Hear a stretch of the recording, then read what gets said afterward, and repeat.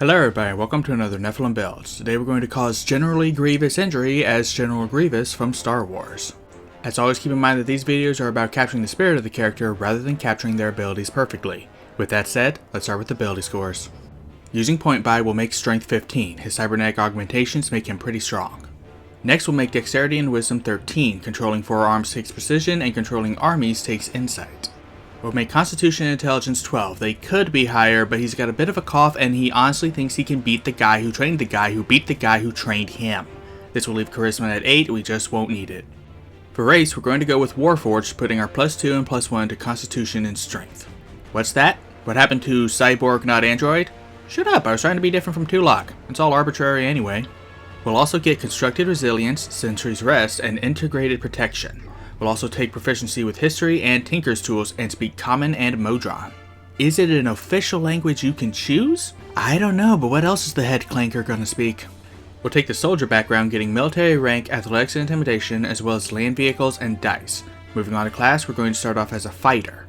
We'll get strength and constitution saving throws, pick insight and perception, and be proficient with all weapons, armor, and shields. At level 1 we'll get second wind and our fighting style, taking 2-weapon fighting.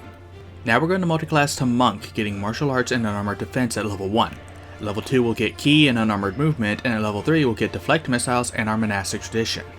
We're going to take Way of the Kensei, taking Painter Supplies for giggles and picking long swords and hand crossbows for our Kensei weapons. If you're actually playing in a sci-fi setting, then take Laser Pistols instead. We'll also get Agile Parry and Kensei Shot. At level 4 we'll get Slow Fall and an Ability Score improvement, which we'll use to take the Dual Wielder feat. At level 5 we'll get Stunning Strike and Extra Attack.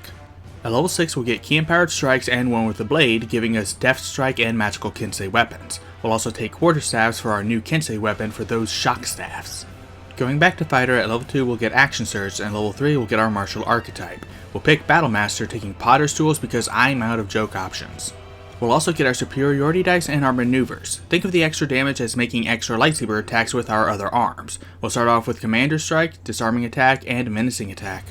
At levels 4 and 6 we'll get another ability score improvement, which we'll use to cap our strength. At level 7 we'll get Know Your Enemy, another superiority die, and 2 more maneuvers, picking Lunging Attack and Sweeping Attack. At level 8 we'll get another ability score improvement, which we'll use to take the Artificer Initiate feat.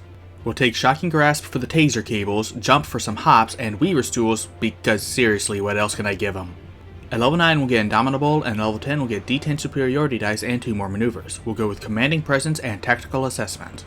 At level 11 we'll get another extra attack. We can now make 3 weapon attacks with our action and then a 4th one with our bonus action, all of which add damage modifiers. This is as close to wielding 4 weapons as we'll get without being a 3 crane. At level 12 we'll get another ability score improvement, which we'll put into Dexterity and Wisdom because I hate odd numbers. At level 13 we'll get another Indomitable, and level 14 we'll get one last ability score improvement, which we'll use to take the Tough feat. Now that we're level 20, we finally have our modifiers.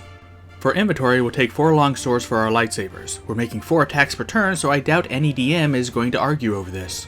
We'll also take a set of plate armor. Now I know what you're thinking. Nephilim, if you give him armor, none of his monk abilities will work. And that's where you're wrong. None of the Kensei features say you have to be unarmored for them to work, and neither do most base monk features. In fact, the only monk features that explicitly say that you cannot be wearing armor are Martial Arts, Unarmored Defense, and Unarmored Movement. And none of your other features mentions these 3 except for Unarmored Movement Improvement, which means none of them depend on these features being active. Which means the only thing stopping you from wearing armor and just playing a Stronk is a lack of proficiency, which can be fixed with a single feat or multiclass. Anyway, with plate armor, dual wielder, and integrated protection, our AC is 20, our movement speed is 30, and our average HP is 198 with 68 and 14 D10 hit dice. And with that, we are done. Thank you everybody so much for watching. If you'd like to support my channel, there's a link to my Patreon down in the description. Let me know what you thought of this video down in the comments, and I'll see you all next week when I make Melania from Elden Ring.